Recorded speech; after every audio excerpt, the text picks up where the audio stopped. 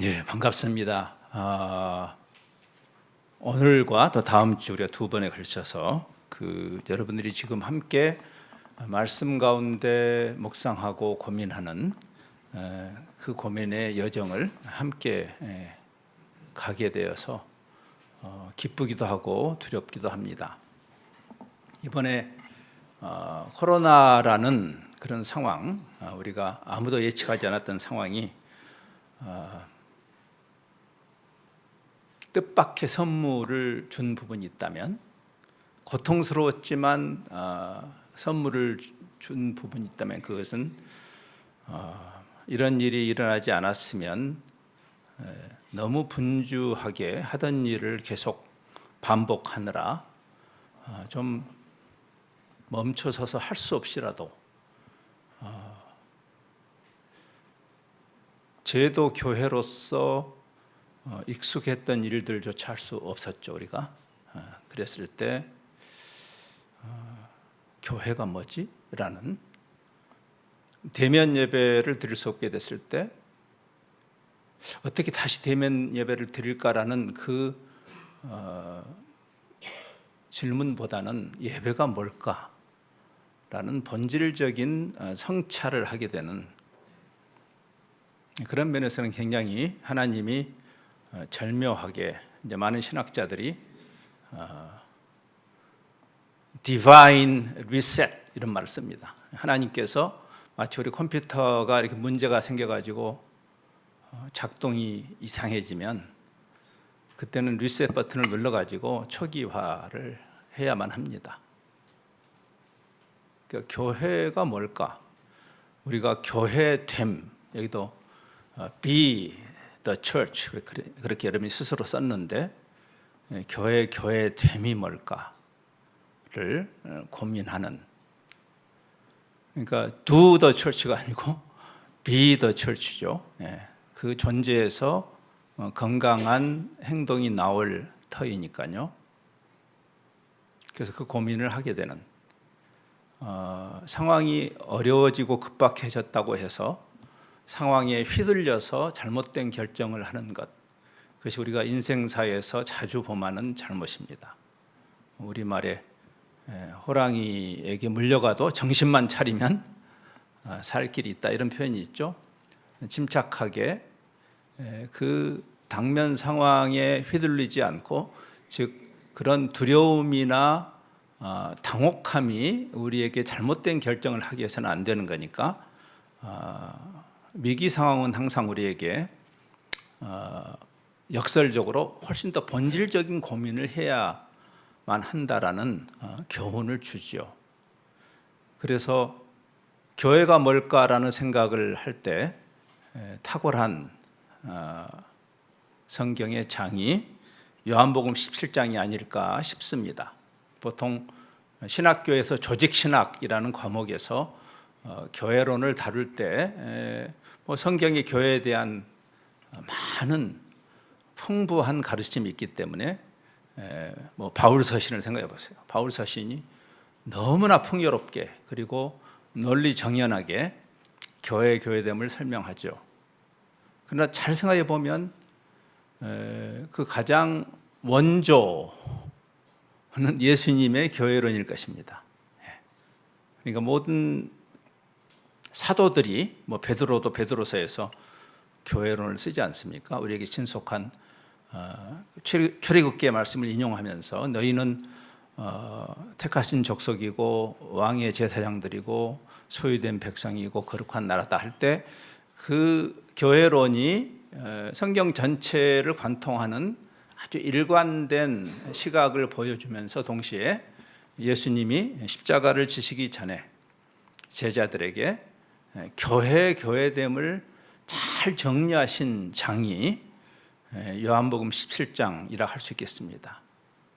그러니까 14, 15, 16장에 그 다락방 강화라고 알려져 있는 예수님의 가르침을 이렇게 전체적으로 다시 요약하시는 그 다락방 강화를 우리가 배운 다음에 예수님이 이제 교회를 위해서 중보 기도하시는 대제사장적 중보 기도, 그렇게 우리에게 알려져 있는 17장입니다.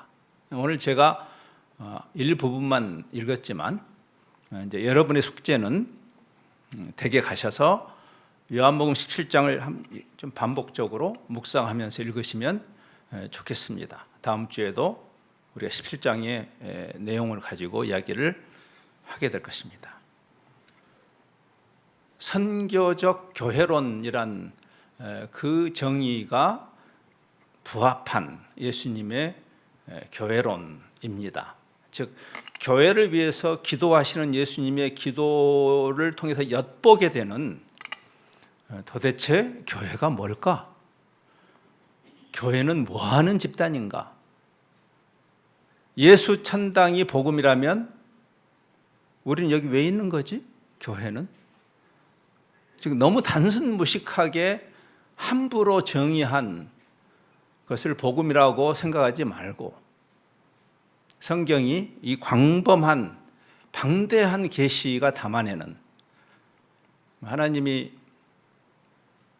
머리가 나쁘셔서 용건만 간단하게 말씀하시지 않고 이렇게 주저리 계시를 주셨을까요? 그렇지 않습니다. 그래서 우리가 다시 복음, 교회, 선교 이런 개념들, 굵은 개념들을 다시 정의해야 되는데, 예수님이 그 교회를 위해 중보하시는 그 기도문을 통해서 교회는 이 세상에서 특별한 목적 때문에 부르셔서, 그렇죠? 교회란 말이 뜻이죠. 에클레시아란 말은 부르심이란 뜻입니다. 근데 우리가 교회를 부르심이라고 말하는 것은 맞는데 거기에 머물게 되는, 그래서 자꾸만 세상을 떠나는 탈세적 종교, 절간 기독교처럼 그렇게 성경이 말하는 전체 큰 그림을 놓치기 때문에 생기는 현상이, 세상에서 우리를 불러내셨으니까 우리는 세상과 단절하고 우리끼리 종교 집단으로 머물러야 된다고 생각하는 그것이 이제 2000년 교회 역사 속에 좀처럼 바뀌지 않는 이단적 운동입니다. 그것은 이단으로 분류된 사람들만의 문제가 아니고 우리 안에 깊이 들어와 있죠. 그런데 주님께서 우리를 부르셔서 보내시죠. 다시 그곳으로.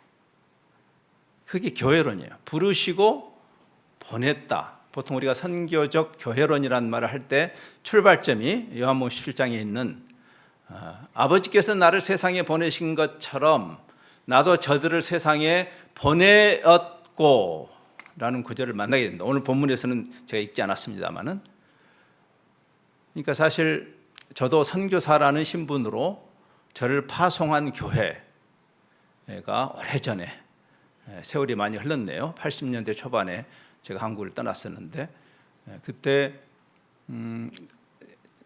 지금도 입에 붙어있는 게 파송교회라는 말을 쓰죠. 파송교회를 쓰지 말자는 것은 아니지만 잘 생각해 보면 보내신 분은 하나님이십니다. 그러니까 여러분 중에 바울과 바나바를 찾아내서 여러분이 보내는 게 선교의 핵심이 아닌 거죠, 사실은. 바울과 바나바처럼 특별한 곳에 전략적으로 보내야 할 사람이 있지만, 그러나 예수님의 기도는 교회를 향해서 sent church, sending church가 아니고 우리가 선교사를 보내는 게 아니라 하나님이 우리를 선교적 공동체로 세상으로 보내셨다라는 자각입니다. 그게 출발이죠. 그래서 우리를 불러내서 우리를 보내시는, 제가 이제 굉장히 존경하는 믿음의 선배들이, 여러분도 개인적으로 있으시겠죠. 여러 가지 면에서 하나님의 말씀의 그 풍요로운 계시의 깊이와 넓이를 깨닫게 해주시는 선배들이 계세요.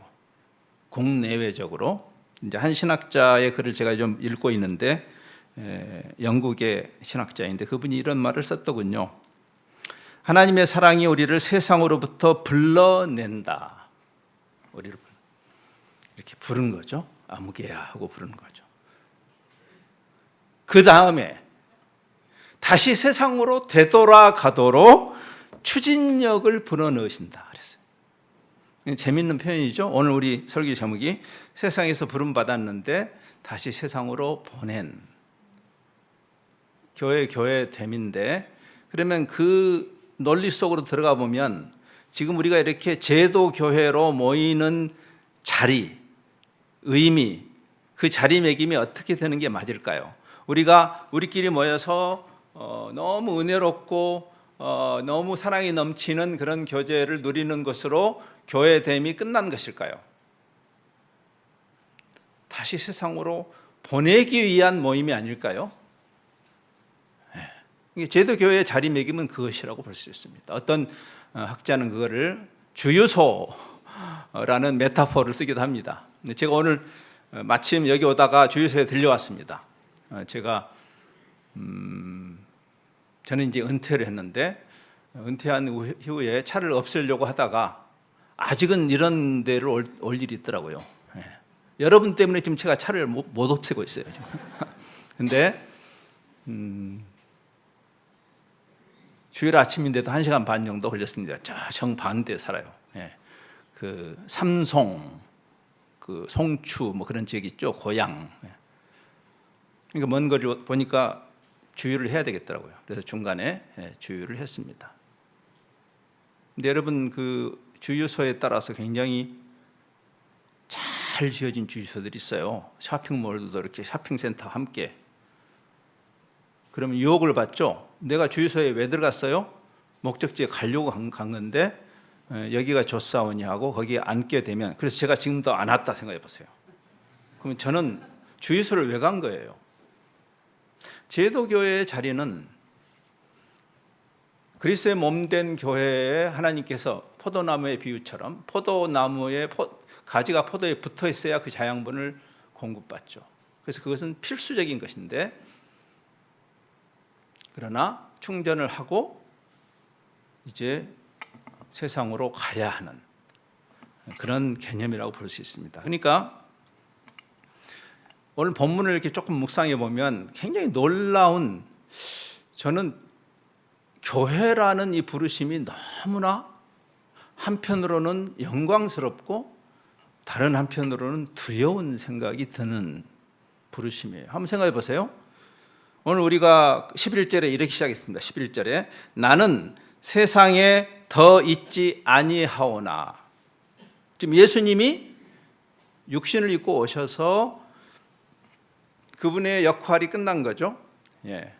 그것이 이제 하나님의 선교라고 하죠. 성부 하나님이 성자 하나님을 보내시는, 미션이라는 말이 보낸다라는 뜻이잖아요. 보낸다. 근데 그 역할이 끝난 거죠. 근데 너무 놀라운 것은, 근데 그 자리에 교회를 두신다는 거죠. 영광스럽지 않아요? 예수님의 그 자리에 그들이 세상에 있고 나는 아버지께 갑니다. 그래서 예수님이 계신 그 자리에, 여기 18절에도 오늘 읽지 않았지만 이렇게 돼 있어요. 아버지께서 나를 세상에 보내신 것 같이 나도 교회를 세상으로 보냅니다.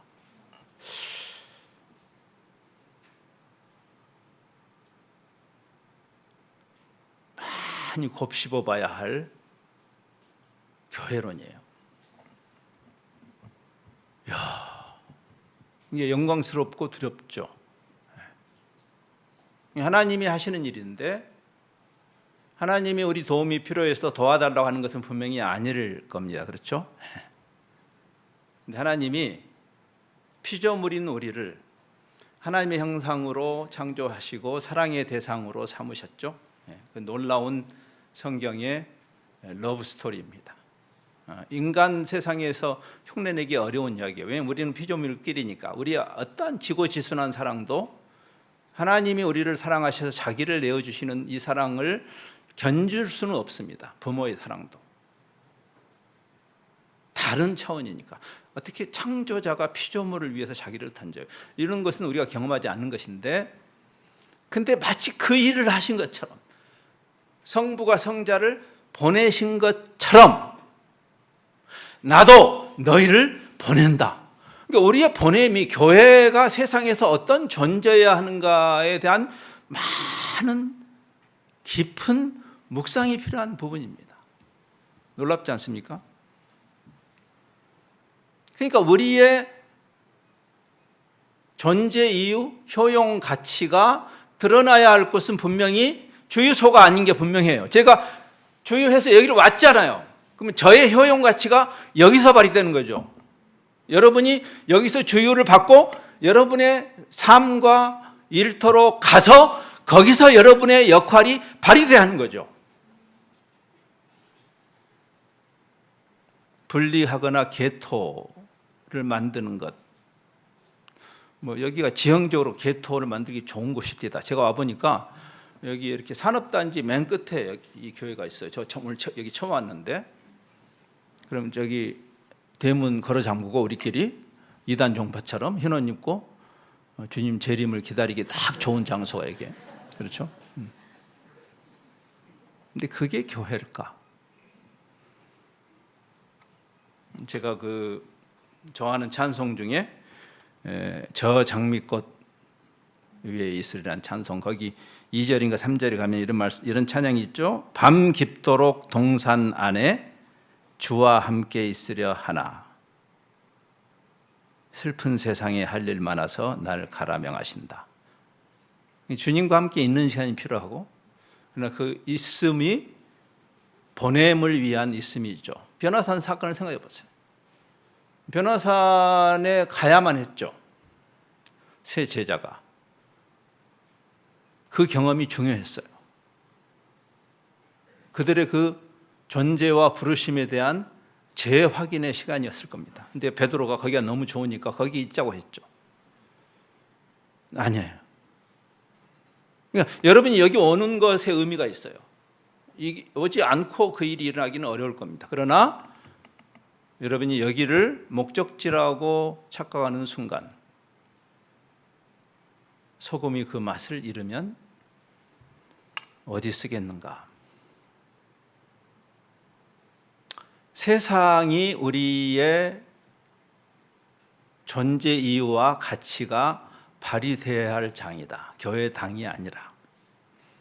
이게 이제 소위 복음주의, 여러분들 복음주의 교회죠. 영광스러운 이름이에요. 저도 저 스스로를 제가 자랑스럽게 나는 복음주의자입니다라고 말합니다.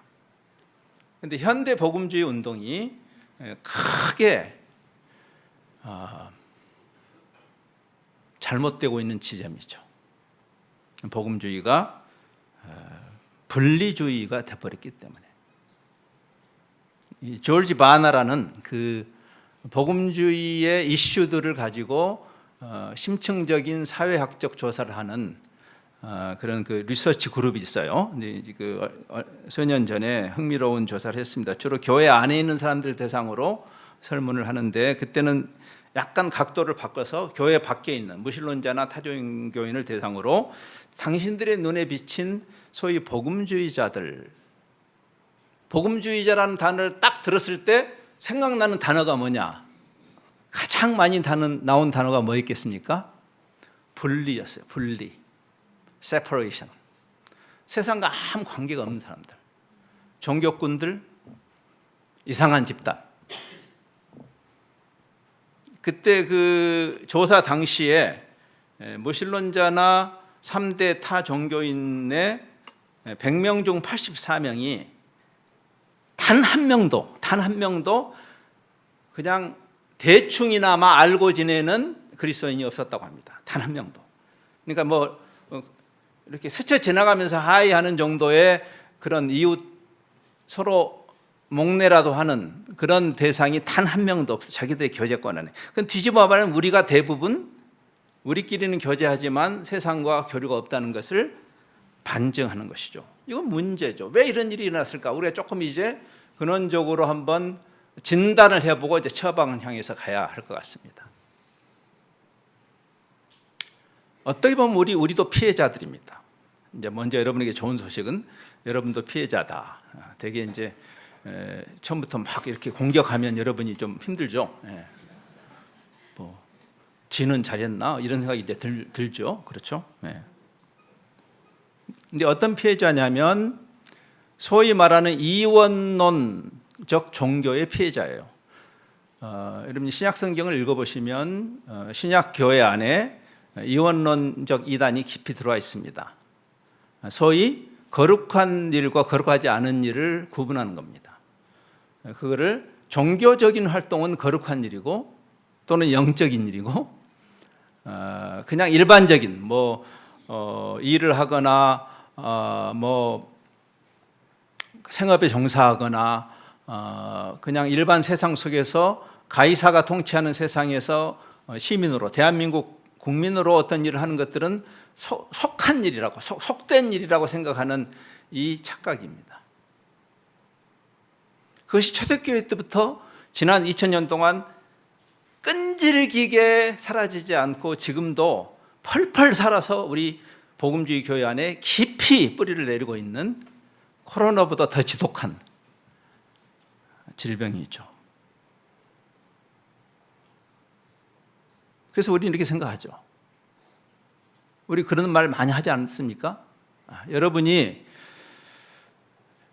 주일 예배, 또 여러분 소그룹 모임, 이런 삶이 힘들고 바쁜데 교회에서 자꾸 내 시간을 요구할 때 부담스러워하는 그 성도들을 향해서 이런 논리를 펴지 않습니까?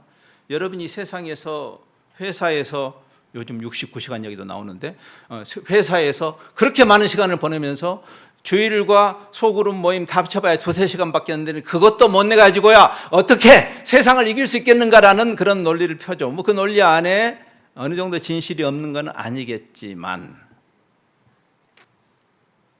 잘 생각해 보면 그 안에 이원론이 있어요. 종교적 활동을 하는 공간은 거룩한 공간이고 그리고 우리가 생업을 하는 공간은 속된 공간이라는 이원론입니다. 이게 초대교부터 끊임없이 있는 성경의 가르침과 다른 가르침이에요. 그게 플라톤적 이원론이죠. 그 당시에 이 성경이 신약 성경이 그리스 말로 기록되면서부터 피할 수 없는 그것은 어떤 언어도 진공 속에서 만들어진 언어가 없기 때문에 예를 들어서 하나님께서 아브라함을 택하지 않고 하나님이 주권적으로 당군 할아버지를 택했다면 성경이 한글로 기록될 가능성이 있죠. 원전이. 그러면 좋았을까요? 그렇지 않을 거라고 생각해요. 왜냐하면 그 언어를 선택하는 순간 그 언어가 갖고 있는 문화가 함께 들어오기 때문에 그래요. 보통 우리가 분석적으로는 언어와 문화를 분리해서 이야기하지만 실제로는 둘이 아니에요. 하나예요. 제가 이제 무슨 언어를 잘하는 사람은 아니지만 제가 성경을 번역하는 단체에 있었기 때문에 여러 다른 언어들을 배우는 그런 여정을 갔습니다. 근데 제가 이런 재미있는 현상을 깨달았어요. 제가 어떤 언어 이렇게 사람들하고 대화를 할 때 그 언어를 선택하는 순간 내 이 생각이 마인셋이 그쪽 문화로 딱 들어가요. 여러분 영어 하시는 분들이 많으시니까 영어를 하는 순간 이 생각이 사고가 탁 바뀝니다. 영어식 사고로. 여러분이 한국식 사고를 하면서 영어를 하면 어떤 일이 생기냐면 말도 이상해지기는 하지만 너 방금 나를 유라 그랬어? 유? 귀때기에 피도 안 마른 게 이렇게 하지는 않잖아요. 그렇죠? 부모와 자식 간에도 유 그러잖아요. 근데 우리 한국말 하면 내 아들이 이제 저하고 친해져 가지고 이제는 너라고 부를게. 그러면 제가 이 자식이 이렇게 되겠죠. 그러니까 언어를 선택한다는 것은 그 언어가 갖고 있는 문화가 들어오는 거예요. 신약 성경에서 왜 성속 이원론을 그렇게 반복적으로 경계하냐면 신약이 그 당시에 지금의 영어에 해당하는 대세 언어, 그 라틴 말로 링구아 프랑카라는 말을 쓰죠. 대세 언어였기 때문이에요. 그래서 더 많은 사람들이 복음을 접할 수 있도록 예수님은 헬라어를 쓰시지 않았는데도 복음서가 헬라어로 기록이 되면서 들어온 거예요. 그런데 그게 우리가 해야 할 일은 무균실에 있는 언어는 없기 때문에 옛날에 에스페란토라는 그런 무균실 언어를 인공적으로 만들었지만 그것은 성공하지 못했죠. 그리고 문화가 없는 언어는 사실 없는 것이기 때문에. 그래서 우리가 해야 할 일은 예를 들어서 한글로 번역이 된 것을 가지고 우리가 묵상을 하되 그 성경이 담고 있는 진리의 원리에 비추어서 한글 성경이기 때문에 우리가 본의 아니게 왜곡한 부분들을 바로잡는 일을 해야 되는 거예요. 신앙 공동체는. 제가 폭탄을 하나 던질게요. 저는 성경을 번역하는 단체에 있었으니까. 저는 예수님이 만일 한국인으로 2000년에 오셨다면 제자들한테 반말 안 했을 거라고 저는 생각합니다. 아니, 바울까지 반말을 해요. 여기 바울 서시면 막 반말해. 그러니까 우리가 이게 맞을까? 한번 우리가 그 성경이 갖고 있는, 성경이 가르치는 그 원리를 가지고 다시 들여다봐야 되는 거예요. 이게 정말 맞는가? 성소이언론의 입장에서 우리가 자꾸만 구더기가 무서워서 장을 못 담그려고 하는, 세상에 너무 우리 성도들이 노출되면은 너무 세속화되기 때문에 교회 안에 뭐 졸더라도 교회 와서 졸아라 뭐 이런 이야기를 함으로써 우리는 독약을 뿌린 게 아닐까? 그런 생각을 합니다. 15절, 우리 오늘 본문의 마지막 절이죠. 내가 비옵는 것은 그들을 세상에서 데려가시기를 위함이 아니고 다만 세상에 있는데 악에 빠지지 않게 지켜주십시오. 세상에 있는데 어떻게 악한 세상에 있는데, 근데 우리는 악한 세상에 악에 빠지지 않기 위해서 악한 세상에서 우리를 빼나와야 된다고 생각하는 이 이원론적 사고가 우리를 선교적 존재가 못되게 하는 근원적인 이유였다. 이 문제를 우리가 다뤄야 돼. 그럼 왜 이런 헷갈림이 있었을까?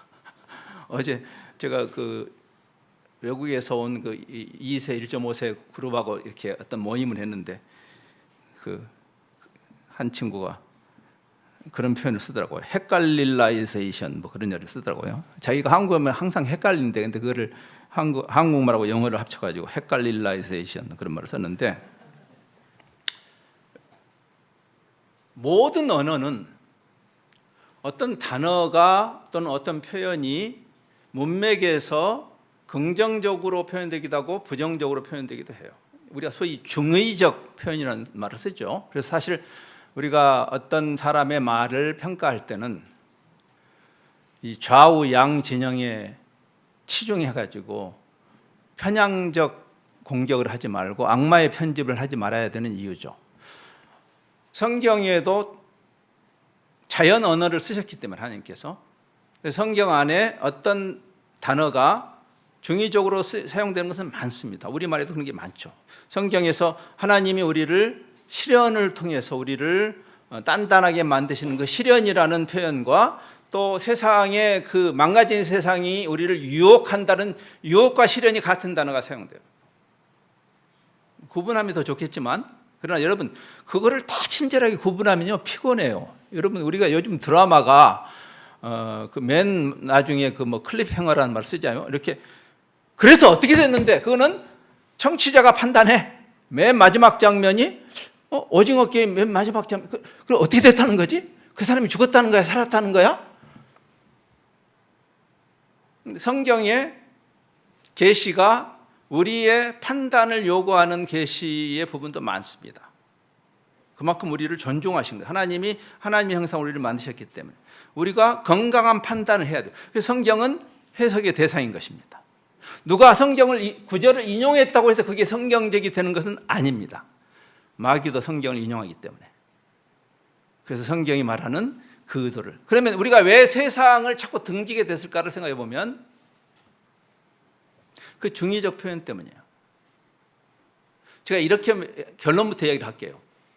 우리는 하나님이 사랑하셨고 우리에게 사랑하라고 하신 그 세상을 보듬어야 합니다.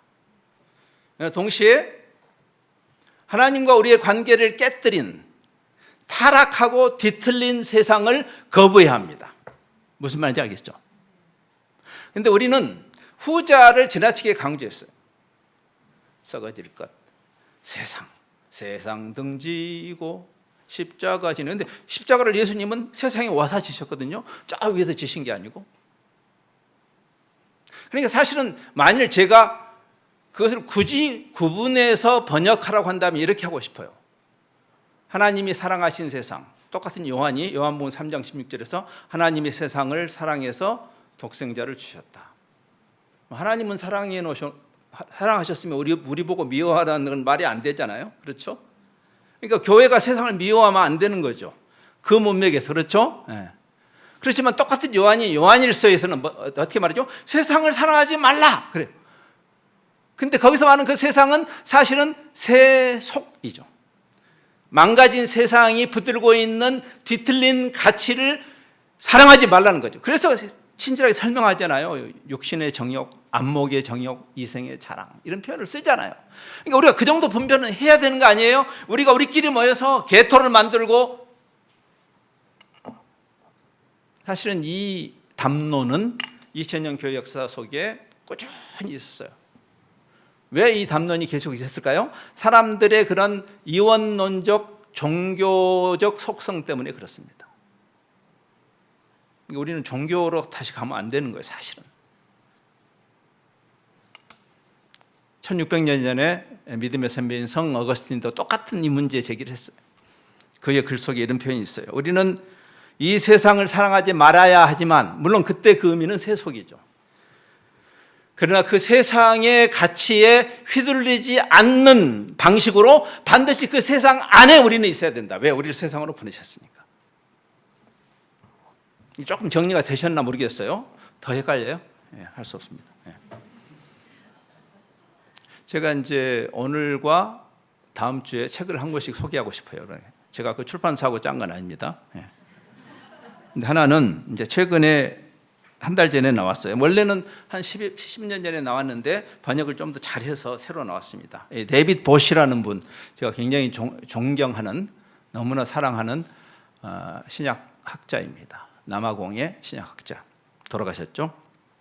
그분이 쓴 얇은 책이에요. 이제 그분이 쓴 1000페이지 되는 책이 있는데 그걸 소개하면 여러분 짜증내실 테니까 그는 놔두고, 얇은 책인데 길의 영성, 길의 영성이란 책이에요. 길의 영성. 우리의 영성이라는 것은 순례자의 길을 가는 것과 같다. 완성된 영성은 없다. 그리스도 외에는. 그렇죠? 우리는 그 완성을 해서 가는 것이다. 길을 향해서 가는 거다. 근데 거기에 이런 표현이 있어요. 제가 인용할게요. 우리가 영적이다, 육적이다, 영적이다, 성경이 그런 표현을 쓰죠. 그런데 영적이라는 것은 영육 이원론의 관점에서 그걸 해석하지 말아야 된다는 거예요. 성경은 그렇게 말하지 않기 때문에. 그럼 영적이라는 말은 소위 종교 활동, 우리 보통 종교적인 활동, 성경을 보고 기도하고 다 중요한 일이에요. 그렇죠? 또 여러분이 여기 주일 예배 참석, 이것만 영적인 것이 아니고, 기도하거나 길을 걷거나 일하거나, 마틴 루터 개혁자의 말을 빌리면 크리스찬 주부가 설거지를 하거나, 그것도 영적인 일이다. 어떤 의미에서 영적인 일인가? 무엇을 하든지 그리스도 안에 있다는 의미다 그랬어요. 그러니까 뒤집어 말하면 여러분이 여기 주일 예배에 참석해도 영적이 아닐 수 있어요. 여러분이 성경을 가르치는 순간에도 영적이 아닐 수 있어요. 철학 기도를 해도 영적이 아닐 수 있습니다. 여러분이 그리스도 안에 있지 않다면. 영성이라는 것은 우리의 행동, 우리의 삶을 대치하는 사색이 아니다. 영성이라는 것은 세상 속으로 들어가서 세상에 참여하는 것과 대비되는 도피도 아니다. 자, 이 정도 설명했으면 이제 결론을 향해서 갈 시간이 됐죠. 자, 선교적 공동체라는 것은 전통적이고 관행적인 선교 활동을 더 열심히 많이 하자는 의미는 아닙니다. 그것도 나쁜 일은 아니지만 그걸로 퉁쳐서는 안 되는 거죠. 여러분이 선교적 존재니까. 그렇죠? 그러니까 어떻게 보면 옛날에 관행적인 선교가 쉬웠어요. 여러분 입장에서는. 저렇게 열 잘 받는 정민영 같은 사람 보내놓고 손 털면 되잖아요. 그런데 사실은 그게 아닌 거죠. 바울이 왜 바울 서신을 쓰면서 선교를 이야기하겠어요? 만일 선교사의 일이라면 왜 교회를 향해서 자꾸 선교를 이야기하는 거예요? 우리가 선교적 존재니까. 그렇죠? 근데 우리가 선교적 존재라는 것은 아까도 말했지만 종교 활동을 열심히 하는 개념이 아니라 우리가 누구인가, 우리가 어떤 존재인가, 어느 소속인가, 이제 다음 주에 그걸 다루게 될 거예요. 다음 주에 좀 더 깊이 다루게 될 텐데, 그게 우리가 살아가는 세상 속에서 드러나는 거죠. 뭐 이런 표현을 쓸 수 있을 것 같아요. 겉으로 볼 때는 똑같은데 달라. 계란판을 여러분이 받으면 계란에 생명이 있는 계란이 있고 생명이 없는 계란이 있습니다. 근데 겉으로 식별이 안 돼요. 유정란은 생명을 낳을 겁니다. 무정란은 생명이 없는 거죠. 그 안에 그리스도가 있으면 생명이 있는 것이라고 성경이 이야기하는 의미예요. 다 비유죠. 사실은 것들이 다 비유인데, 자, 우리가 세상에게 증거한다. 그러면 우리는 전도나 선교조차도 자꾸만 종교 활동으로 만들어. 저는 선교사지만 좀 짜증납니다. 솔직히. 그렇게 안 했으면 좋겠습니다. 왜냐하면은 평소에는 세상과 아무 관계없던 분들이 교회에서 총동원주의라면 뛰들어 나가서 하는 거, 나는 그렇게 안 했으면 좋겠어요. 여러분이 누구인가를 숨길 수가 있어요? 나는 크리스찬이요, 그렇게 말하는 이야기 아니라 여러분이 다른 존재로서 세상 속에서 살아가는데, 깜깜한 세상에 촛불 하나라도 가지고 있는 사람이 그거를 과시하지 않고 숨겨도 오른손이 하는 일을 왼손이 모르게 해도 필경 들키지 않겠냐 그 말이죠. 그 사람을 증인이라고 하는 거죠. 지금 주님의 기도가 그 이야기죠.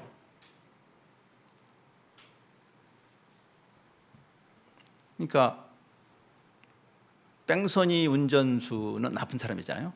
그걸 이제 hit and run 드라이버라고 그러는데, 거기서 나온 표현이 hit and run evangelism이라는 표현이에요. 우리 평소에는 뭐 세상하고 전혀 차이가 없어. 근데 그 사람이 어느 날 전도하라고 하도 교회에서 죄책감을 주니까 전도지 하나 들고 그날 눈 딱 감고 창피한 거 무릅쓰고 나가서 외치고 와. 그럼 전도한 건가요? 제가 처음에 인용했던 그 신학자는 말입니다. 제가 요즘 읽고 있다는 책이에요. 고립된 그리스도인의 영토 속에 안전하게 세상과 전혀 스킨십이 없이 지내던 사람이 어느 날 전도하겠다고 하면 역지사지로 한번 생각해 보세요. 신뢰하기 어려워요. 아니, 지가 언제 나한테 관심이 있었다고, 언제 내 영혼을 그렇게 사랑했다고, 내가 힘들 때, 내가 옥에 갇혔을 때, 내가 굶주릴 때, 내가 헐벗었을 때 눈 하나 깜짝하지 않던 그가 예수 덕분에 1등만 하려고 하고 죽어서도 천당만 혼자 가려고 하는 저 이기주의자가 갑자기 와서 신뢰하기 어렵다 하면서 이렇게 말해요.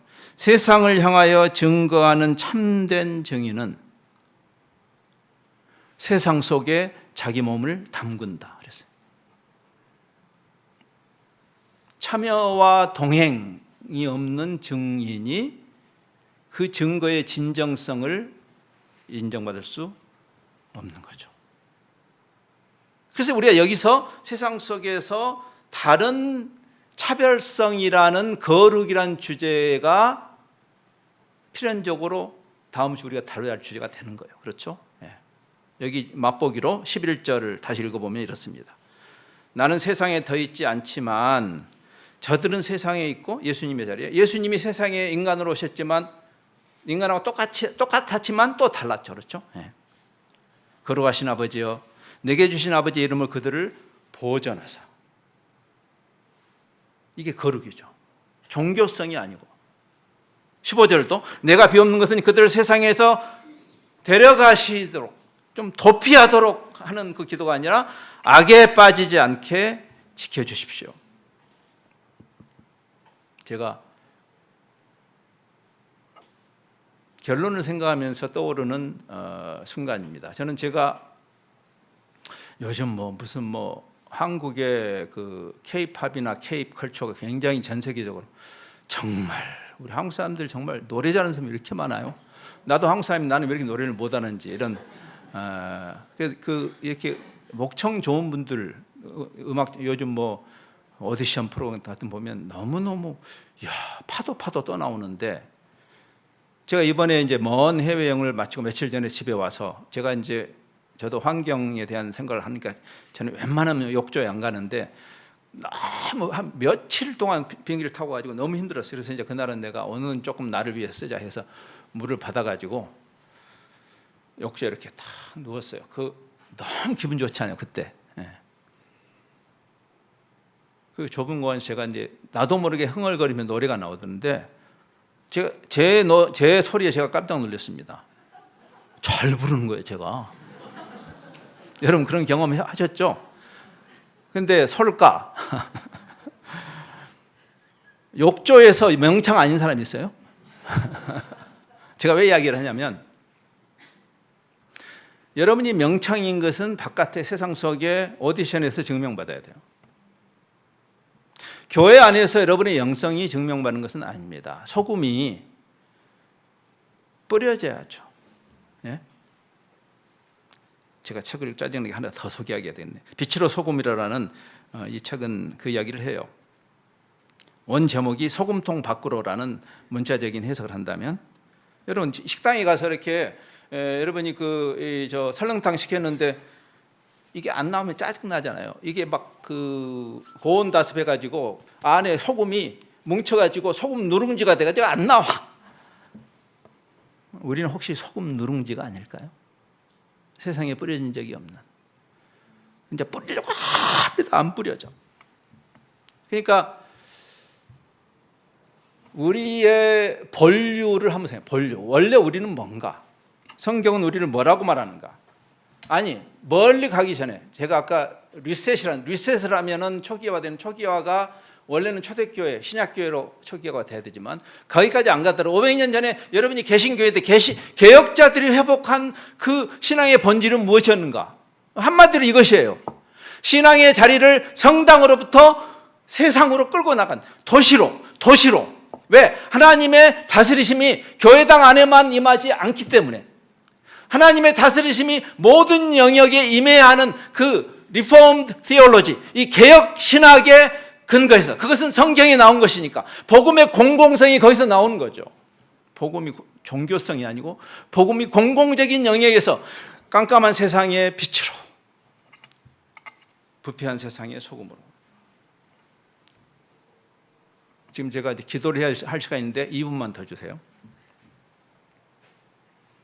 저는 오늘과 다음 주의 결론을 예수님이 하신 선한 사마리아인의 비유로 한번 이렇게 결론을 내리고 싶습니다. 한번 생각해 보세요. 그 강도 만난 사람을 가장 앞장서서 적극적으로 도와줄 것으로 기대되던 제사장과 레위인은 왜 외면했을까요? 한번 생각해 보세요.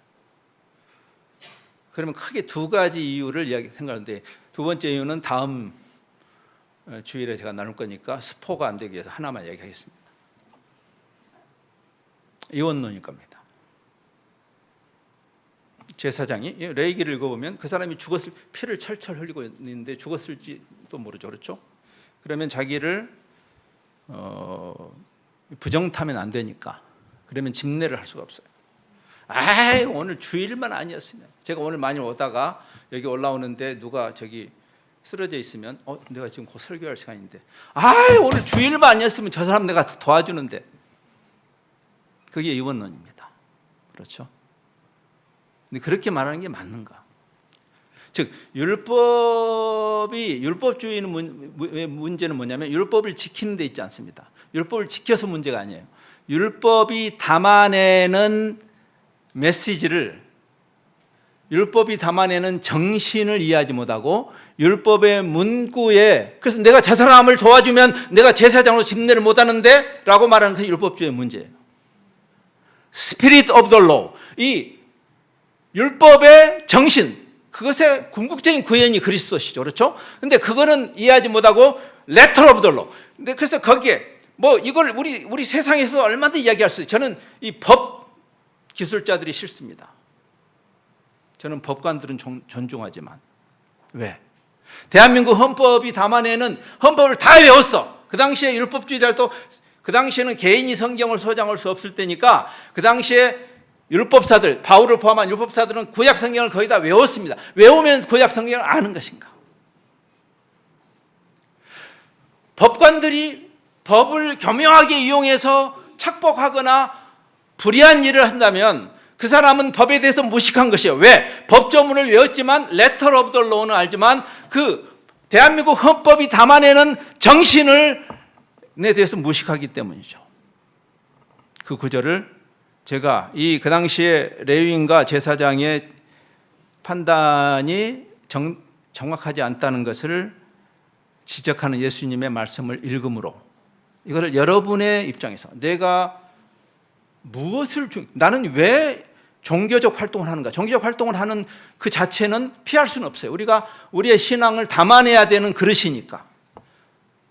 근데 반대로 그 형식이 우리의 본질을 증명하지는 않기 때문에 그 고민을 해야 돼요. 그 고민에 대해서 정확하게 정통으로 예수님이 하신 말씀이 마태복음 23장 23절 말씀입니다. 이걸 여러분 스스로에게 적용하면서 들으시고 우리가 메시지를 마치겠습니다. 세 번역으로 제가 읽습니다. 율법학자들과 바리새파 사람들아, 위선자들아, 너희에게 화가 있다. 너희는 박하와 회향과 근처에 11조는 드리면서, 이거 성경에 다 있는 이야기예요. 하라고 그랬어요.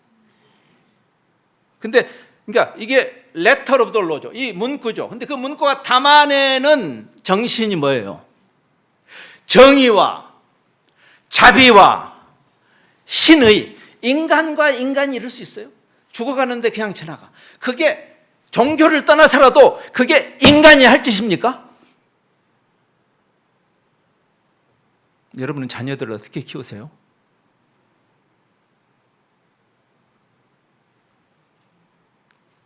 율법의 더 중요한 요소를 버렸다. 우리가 세상에 어떤 존재로 어떤 역할로 있는가? 우리는 단순히 이원론적 종교 집단인가?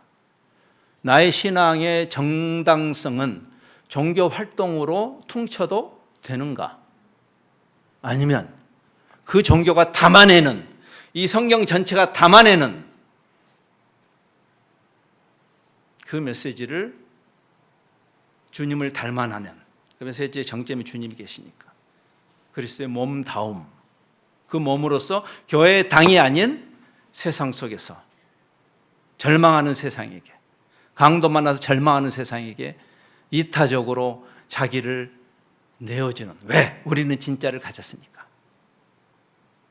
그것이 선교적 존재로 부르심이죠. 기도하겠습니다.